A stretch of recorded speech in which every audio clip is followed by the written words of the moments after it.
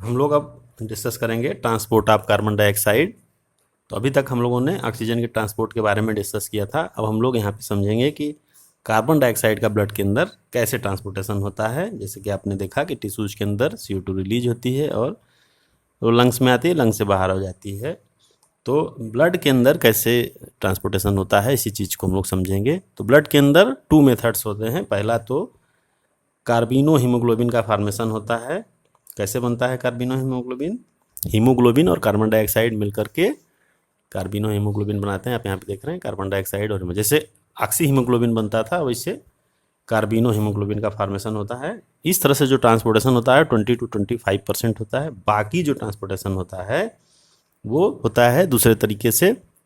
कैसे होता है? उसमें कार्बन डाइऑक्साइड वाटर मॉलिक्यूल के साथ मिल करके कार्बोनिक एनहाइड्रेज एंजाइम के प्रेजेंस में कार्बोनिक एसिड का फॉर्मेशन करती है, जो डिवाइड होकर के कार्बोनेट आयन और हाइड्रोजन आयन में डिवाइड हो जाता है। तो बाइकार्बोनेट आयन के फॉर्म में कार्बन डाइऑक्साइड का, आप यहाँ पे देख रहे हैं बाइकार्बोनेट आयन बन रहा है। इस फॉर्म में सबसे ज़्यादा CO2 का ट्रांसपोर्टेशन होता है ब्लड के अंदर। तो इसी चीज़ को हम लोग थोड़ा सा डिटेल में देखते हैं। तो ज़्यादातर जो ट्रांसपोर्टेशन होता है वो बाइकार्बोनेट आयन के फॉर्म में ही होता है। अब कैसे होता है इसी को डिटेल में देखते हैं। तो CO2 आपने देखा कि जो बाइंडिंग होती है ये कैसे होती है? ये पार्शियल प्रेशर ऑफ CO2 और O2 इसके ऊपर डिपेंड करती है। यही जो पार्शियल प्रेशर या PCO2 और PO2 जो होता है यही मेजर फैक्टर है जो कि बाइंडिंग को इफेक्ट करता है। इसको आप लोग पहले भी देख चुके हैं, ऑक्सीजन डिसोसिएशन कर्व में भी देख चुके हैं। तो जहाँ पे पार्शियल प्रेशर कार्बन डाइऑक्साइड का ज़्यादा होगा वहाँ पे PCO2 बाइंड होगी। जहाँ पे पार्शियल प्रेशर CO2 का कम होगा और PO2 का हाई होगा वहाँ पे इसका डिसोसिएशन हो जाएगा। कहने का मतलब टिश्यूज के अंदर क्या होगा? टिश्यूज के अंदर PCO2 is high and PO2 is low. ठीक है, तो यहाँ पे क्या होगा? PCO2 बाइंड हो जाएगी, PCO2 बाइंड हो जाएगी और एल्वोलाइज के अंदर इसका उल्टा होगा। यहाँ पे PO2 हाई है, ऑक्सीजन का कंसंट्रेशन या ऑक्सीजन का पार्शियल प्रेशर यहाँ ज़्यादा है, जबकि कार्बन डाइऑक्साइड का कम है। तो कार्बन डाइऑक्साइड डिसोसिएट हो जाएगी बाइकार्बोनेट आयन के फॉर्म से भी और आपके कार्बिनो हीमोग्लोबिन है, दोनों तरीके से ये फिर CO2 क्या होगी? रिलीज होगी यहाँ पे। तो इस तरह से हम देखते हैं कि एल्वोलाइज के अंदर PCO2 मतलब कि कार्बन डाइऑक्साइड का जो पार्शियल प्रेशर है PCO2 इज लो है। एल्वोलाइज के अंदर PCO2 is low and PO2 is high, जबकि टिश्यूज के अंदर PCO2 is high and PO2 is low. ठीक है, इसी तरह से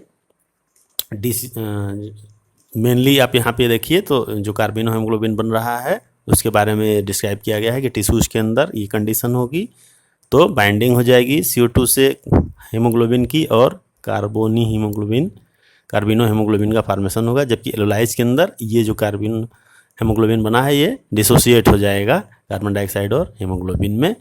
तो एल्वोलाइज के अंदर जस्ट अपोजिट का डिसोसिएशन हो जाएगा किसका? कार्बिनो हीमोग्लोबिन का, और CO2 वहाँ पे डिलीवर्ड हो जाएगी। अब आते हैं दूसरा वाला मेथड है। मैंने पहला मेथड आपने देखा ये हो गया। अब दूसरे मेथड के बारे में डिस्कस करते हैं कि ये कैसे होता है।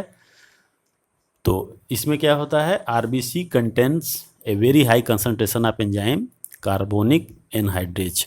RBC के अंदर बहुत कंसंट्रेशन में होता है क्या चीज़? Enzyme carbonic anhydrase. And plasma में भी थोड़ा बहुत ये होता है। तो RBC के अंदर और प्लाज्मा में दोनों जगह ये एंजाइम मौजूद होता है और इस एंजाइम की वजह से एक रिएक्शन होता है, उसमें CO2 plus H2O bind reaction करके क्या बनाते हैं? H2CO3, और फिर ये डिसोसिएट होता है बाइकार्बोनेट आयन और हाइड्रोजन आयन में।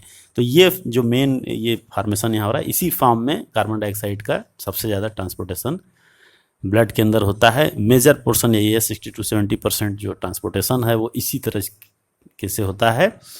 अब इसमें आप देख रहे हैं कि एंजाइम यहाँ पे CO2 और H2O है, कार्बोनिक एनहाइड्रेज है H2CO3, फिर ये डिसोसिएट हो जाएगा इसमें। और जब कार्बन डाइऑक्साइड का प्रेशर बढ़ेगा तो ये रिएक्शन इधर को मूव करेगा, जब कार्बन डाइऑक्साइड का प्रेशर कम होगा तो ये इधर को मूव करेगा। तो इस तरह से क्या होगा? एल्वोलाइज के अंदर इधर को रिएक्शन जाएगा और लंग्स के अंदर इसका अपोजिट होगा। लंग्स के अंदर इसका अपोजिट होगा, यानी CO2 वहाँ पे फिर से फॉर्मेशन होगा और वो CO2 क्या होगी? रिलीज हो जाएगी। क्यों हो जाएगा ऐसा? क्योंकि लंग्स के अंदर सी जो PCO2 है वो लो हो जाएगी। जब लो हो जाएगी तो रिएक्शन अपोजिट डायरेक्शन में होगा और बना देगा फिर से CO2 और H2O। H2O तो ब्लड के अंदर रह जाएगी, CO2O डिफ्यूज आउट हो जाएगी लंग्स के एल्वोलाइज में और फिर वहाँ से वो बाहर निकल जाएगी इन्वायरमेंट में। तो CO2 trapped as bicarbonate at tissue level and transported to alveoli, release out as CO2।